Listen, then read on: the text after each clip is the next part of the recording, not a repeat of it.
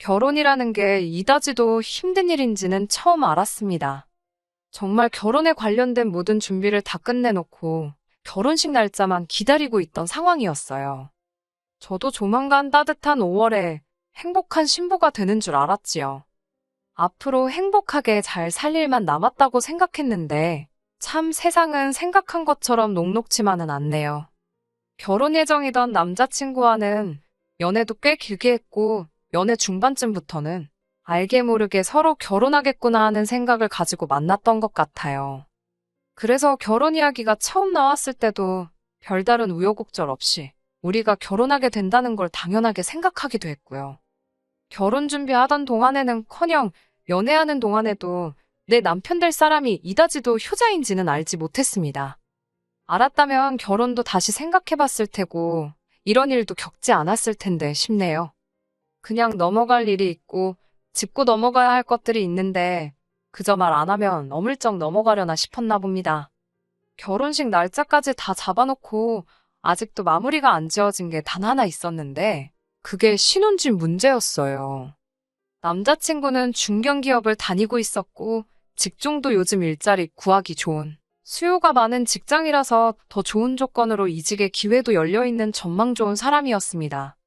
연봉도 또래에 비해서 꽤나 높은 편이었고요.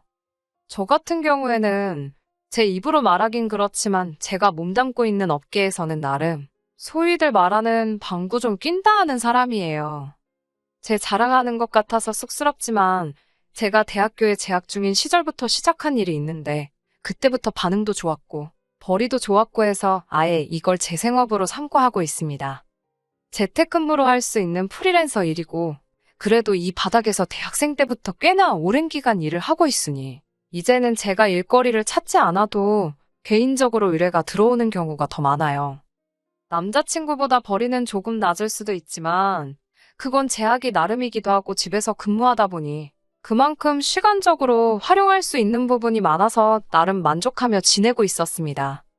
아무튼 결혼 이야기가 오가고부터 서로 얼마나 돈을 모았는지를 알려주게 되었는데 남자친구가 8,500 정도를 모아놓은 상태였고 저는 일한 기간도 길고 제 직업 특성상 출퇴근 없이 집에서 일을 하다 보니 딱히 돈 쓸 곳도 없어서 1억 정도가 모여있는 상황이었어요.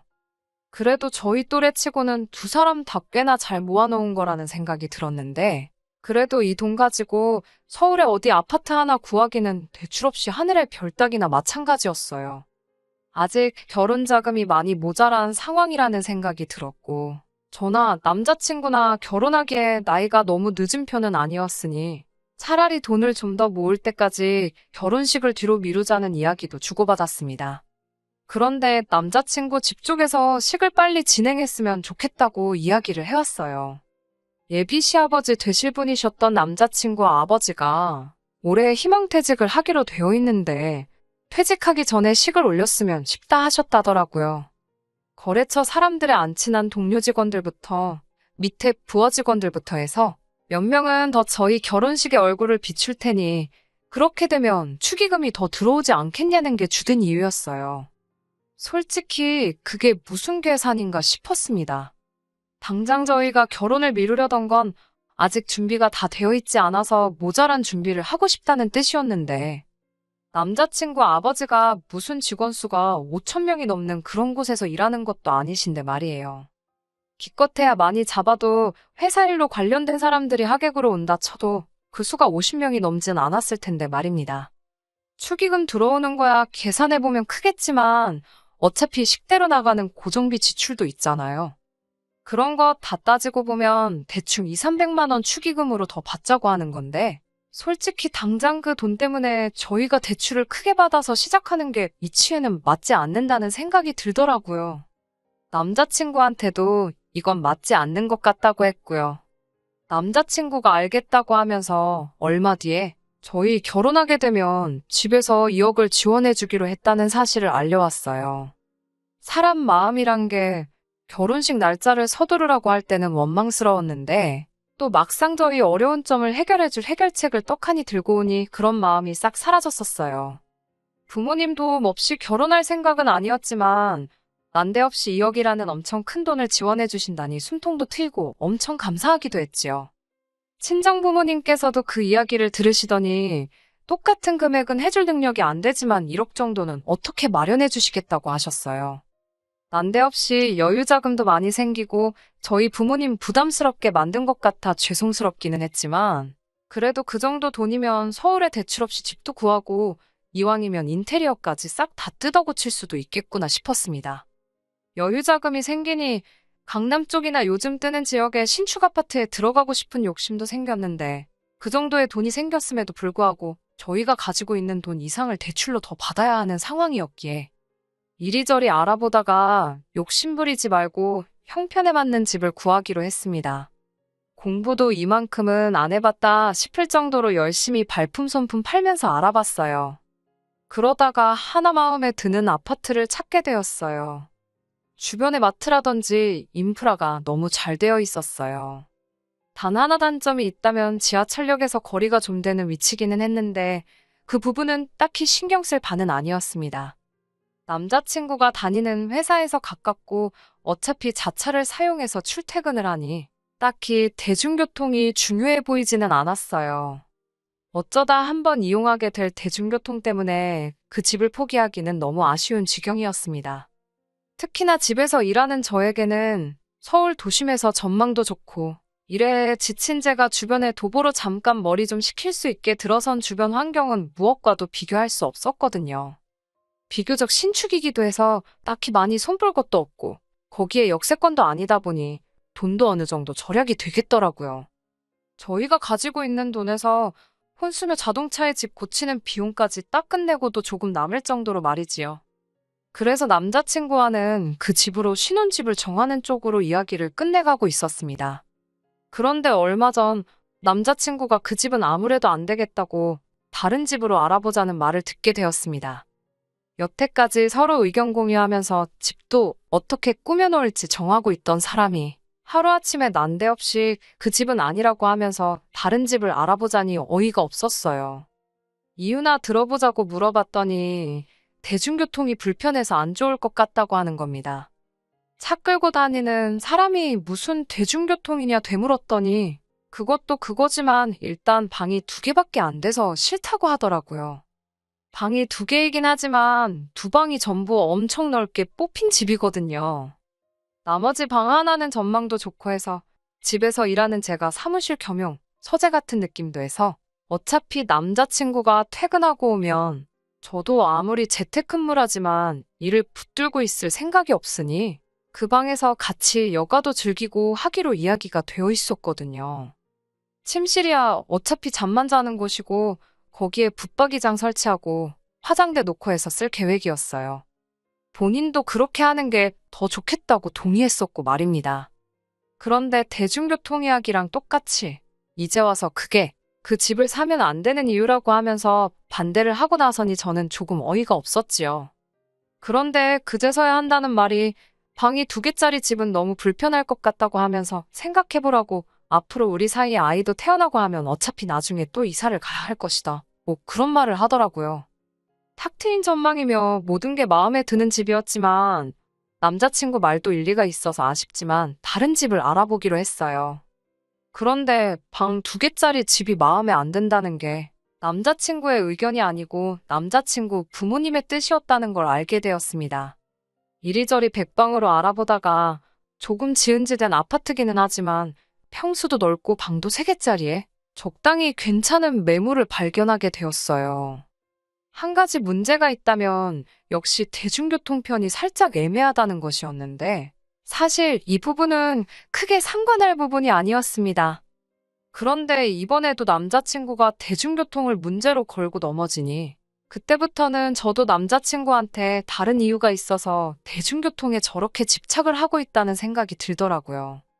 그래서 단도직입적으로 대체 차 끌고 다니면서 대중교통에 그렇게 집착을 하느냐고 대놓고 물어봤어요. 남자친구는 머뭇거리더니 대답을 하지 못하더라고요. 연애하면서도 몇 번 봐서 알고 있었어요. 자기가 불리한 상황이거나 뭔가 숨기는 게 있을 때 꼭 저런 식으로 나왔었거든요. 숨기는 게 있구나 싶어서 계속 추궁하니 결국엔 그렇게 나온 진짜 이유에 대해서 털어놓더군요.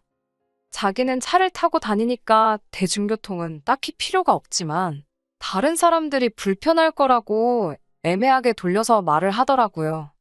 이 집에 나 말고 또 누가 불편할 만한 다른 사람들이냐고. 나는 어차피 집에서 일하기에 대중교통이 크게 필요가 없고 오히려 주변에 도보로 상가가 조성되어 있는 곳이 좋다고 한 거 기억 안 나냐고 했지요. 그러니 남자친구는 이거 말하면 안 되는데 하는 표정으로 결국 모든 진실을 털어놓더군요. 남자친구한테 이제 대학교 졸업반인 남동생이 있어요.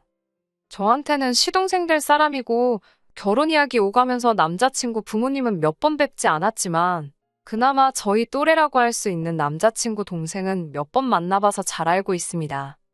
그런데 남자친구 말이 자기 동생이 학교 다니고 그러려면 지하철을 타야 할 텐데 제가 마음에 든다고 하는 집들은 전부 다 지하철 타기 불편한 집들밖에 없지 않느냐며 저보고 그 부분은 양보를 해달라고 하는 거예요. 그 말을 듣는 순간 어이가 없어서 입이 다물어지지 않더라고요. 저보고 양보를 하라는 게 다른 이유도 아니고 시동생이 불편할까봐라는 말도 안 되는 이유였고 애초에 우리 신혼집인데 당신 동생 이야기가 왜 나오느냐 따졌지요. 그러니 그제서야 이젠 다 들켰으니 어쩔 수 없다는 듯한 표정으로 말을 꺼내더군요. 사실은 동생이 졸업하고 취직할 때까지 같이 한 집에 살게 되는 게 지원받기로 한 결혼자금 2억에 대한 조건이었다고요. 그게 무슨 말이나 되는 소리냐고. 그걸 조건으로 냈건 당신 부모님도 그렇고 그걸 좋다고 수락한 뒤에 나한테는 상해 한마디도 없이 숨기고 있던 너도 똑같다고 말했습니다. 그리고 그런 돈이면 받을 생각 없다고 당장 남자친구 어머니께 말씀드리러 가자고 해서 남자친구 집으로 향했지요. 그런데 남자친구 뻔뻔함은 남자친구 어머니에 비하면 세 발의 피조차도 되지 못했습니다. 처음에는 너무나도 당연하다는 듯이 저보고 너 돈 많냐고 물으시면서 돈 없다고 징징댈 땐 언제고 이제 와서 왜 준다는 돈도 안 받고 튕기고 있느냐고 나오더군요. 그러면 애초에 처음부터 저한테 제대로 설명해주지. 남자친구 동생을 덤으로 데려가는 조건을 숨겼느냐 따졌지요. 그러니 남자친구 어머니가 그대로 말을 받아치는 겁니다. 당신들이 저희한테 무슨 갓난쟁이 맡기는 것도 아니고 올해 졸업하는 둘째 통학하기 편하게 방 한 칸만 내달라는 건데 그게 어려운 부탁이냐 하시더군요. 어차피 밥 먹는데 숟가락 하나만 더 놓아주면 되는 거 아니냐고요. 거기에 제가 회사도 안 나가고 집에 있는다고 들었는데 그러면 둘째 뒷바라지도 제가 어머니인 당신보다 더 잘할 수 있겠다는 거예요. 제가 며느리니까 도련님 어려워하면서 밥도 굶기지 않을 테니 자기는 얼마나 마음이 놓이겠냐고 하는데 어이가 없어서 웃음도 안 나오더라고요. 저도 지지 않고 제가 집에서 노는 게 아니고 일을 하는 거라고 뭔가 단단히 착각하시는 것 같다고 한마디 했습니다. 그러니 남자친구 어머니가 한다는 말이 그런다고 제가 점심을 굶을 건 아니지 않냐면서 저보고 뭘 그렇게 비싸게 구냐시대요. 식가족 뒷바라지 하는 거 어차피 며느리가 할 일인데 거기에 돈까지 준다는데 마다할 이유가 뭐가 있냐면서 말입니다. 그 말을 들으니 애초에 결혼자금 지원해주는 거 안 받고 당신 아들하고 둘이서 알콩달콩 잘 살겠다가 아니라 이 결혼 뒤집어버리러 온 거라고 말을 먼저 했어야겠다는 생각이 들더라고요. 누가 제 발로 식모자리에 지원을 하겠냐고. 그리고 남자친구 동생도 제가 몇 번이나 만나봐서 아는데 장담컨대 절대 취직 못 할 거라고 한마디 해줬습니다. 까불거리고 부침성 좋은 성격이니 결혼하면 하루 이틀 재워주는 거야 하겠지만 저보고 아예 데리고 살라니요. 2억이라는 금액이 결코 적은 금액은 아니지만 혹덩이 떠넘기고 받아야 하는 돈이라면 제 쪽에서 거절한다고. 그리고 이 결혼도 그냥 없던 일로 하자고 하고 들고 일어났지요. 으름장 놓는 게 아니고 진심이라고 무슨 조건을 걸어와도 저는 더 결혼 생각이 없다고 했어요. 그러니 남자친구 어머니도 같이 언성을 높이면서 나도 너같이 시대가 어려운 줄 모르는 며느리는 받을 생각 없다면서 성질을 내더군요. 차라리 다행이었습니다. 저는 뒤늦게라도 반성해서 제 발목 잡고 늘어질까봐 걱정을 했거든요. 그래도 몇 년을 만나왔는데 헤어지는 건 한순간이더라고요. 그래도 제가 결혼 후에 처할 거를 생각하면 절대 아쉬움이 남거나 하진 않았습니다. 식장 예약해둔 거며 스드메며 전부 다 취소해버렸지요. 위약금이 조금 나와서 일단 제 돈으로 냈는데 생각해보니까 이 결혼이 누구 때문에 파국으로 치달은 건데 위약금을 제 돈으로 해결하나 싶었습니다. 그래서 당장 남자친구한테 전화를 걸었지요. 들어간 비용의 절반은 받아낼 계획이었는데 남자친구가 마침 연락잘 했다고 만나서 꼭 좀 해야 할 이야기가 있다며 한번 보자고 하더라고요. 무슨 이야기인지 궁금해서 그런 건 아니고 어차피 그 돈 받아내려면 직접 만나는 것만큼 좋은 방법이 없다 싶어서 자리에 나갔어요. 그랬더니 남자친구가 꺼내는 말이 참 어이가 없더군요. 엄마가 그러는데 하면서 말을 꺼내더라고요.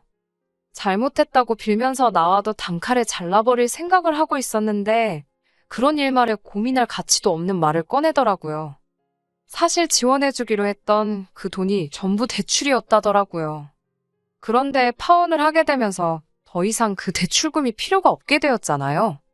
그래서 그 돈을 일찍 갚아버리게 되면서 중도성환 수수료가 발생했는데 원금이 워낙에 크다 보니 수수료도 꽤나 나왔다고 합니다. 그런데 지네 엄마가 말하길 파혼의 원인이 저한테 있으니까 저한테 그 돈을 받아오랬다고 하는 겁니다. 저를 보자고 한 게 저한테 사과하려던 것도 아니었고 뭣도 아니었고 끝까지 구질구질한 모습 보여주러 나온 거였던 거예요. 일말의 기대조차 없었지만 이딴 사람들한테 제 돈을 찾으러 온 제가 다 바보 같더라고요. 정말 드라마에서나 보던 거였는데 저도 모르게 제 손이 마시고 있던 커피잔으로 향했고 남자친구 얼굴로 철썩 끼얹어 버렸습니다. 그때를 생각하면 아직도 가슴이 콩닥콩닥 벌벌 떨리네요. 남자친구한테 내가 마시던 게 아이스 커피라서 다행인 줄 알라고 했어요. 뜨거운 커피였어도 똑같이 부어버렸을 거라고요. 잘 생각해보라고. 파혼이 과연 나 때문인지, 너를 포함한 이기적이고 염치 없는 니네 가족들 때문인지요. 애초에 대출받아서 주는 거였으면 올해 희망퇴직하는 너네 아버지가 그 대출을 어떻게 갚았겠냐고. 안 봐도 네가 갚게 될 돈이었다는 게 뻔한 거 아니냐고 했지요. 그 말을 들으니 남자친구도 뭔가 깨달았는지 엄청 복잡해 보이는 표정을 하고 아무 말도 못하고 있더군요. 정신 차리라고. 효자인 척 하기 전에 네가 부모님한테 이용당하고 있다는 것도 좀 깨달으라고 했습니다. 동생 뒷바라지 해주고 인심 써주는 듯 돈도 척척 내주지만 결국엔 그 빚은 다 너가 갚게 될 거 아니겠냐고요. 어차피 나랑은 두 번 다시 볼 사이가 아니지만 그간 만나온 시간과 정이 있으니 충고 한마디만 해주겠다고 했어요. 너네 가족 끊어내지 않으면 앞으로 미래는 없을 거라고요. 그 잘난 네 가족애랑 효심 때문에 너는 평생 나를 놓치게 된 걸 후회하게 될 거라고 말해주고 자리에서 일어났습니다. 그리고 결혼식 관련해서 들어간 위약금에 대해서는 정확하게 절반 저한테 보내주지 않으면 그 돈보다 더 큰 비용이 드는 한이 있더라도 법대로 처리할 거라고 했습니다. 같이 예약했으니 구상권을 청구할 수 있다고. 그러니 어디 내뺄 생각 하지 말고 3일 시간 줄 테니까 그 돈부터 보내라고 하고 자리에서 나왔습니다. 이렇게 파혼한 지금에는 가끔씩 후회가 들 때도 있어요. 오래 만난 남자친구와 헤어지게 되어서 결혼 목전까지 가서 뒤집어 엎게 되어서 후회가 드는 게 아닙니다. 제가 아무래도 일찍부터 일을 시작했고 그 일이 회사에 나가 사회생활 하면서 하는 게 아니라 집에서 하는 일이다 보니 사회생활 경험이 너무 부족해 사람 보는 눈이 없었던 부분에 대해서요. 혼자서 일하는 것도 잘 벌리긴 하지만 저도 저대로 진짜 사회를 경험해보기 위해서 요즘은 제가 다닐 수 있는 회사를 알아보고 있어요. 파혼은 파혼대로 하게 되었지만 그 부분은 후회가 남지 않습니다. 오히려 내 돈 내고 부모님 없는 돈까지 끌어와서 시댁 식구들 뒷바라지 해주는 식모살이를 하러 제 발로 들어갈 뻔한 걸 말았으니 말이에요. 당장은 다른 사람을 만나보고 싶은 생각도 들겠지만 좀 더 사회생활 하며 직접 경험해보고 사람 보는 눈도 좀 키워간 뒤에 다음을 생각해봐야 할 것 같습니다. 끝까지 들어주셔서 감사합니다. 오늘의 사연은 여기까지입니다. 구독과 좋아요, 알람 설정 부탁드리고 더 좋은 사연으로 다시 찾아뵙겠습니다. 감사합니다.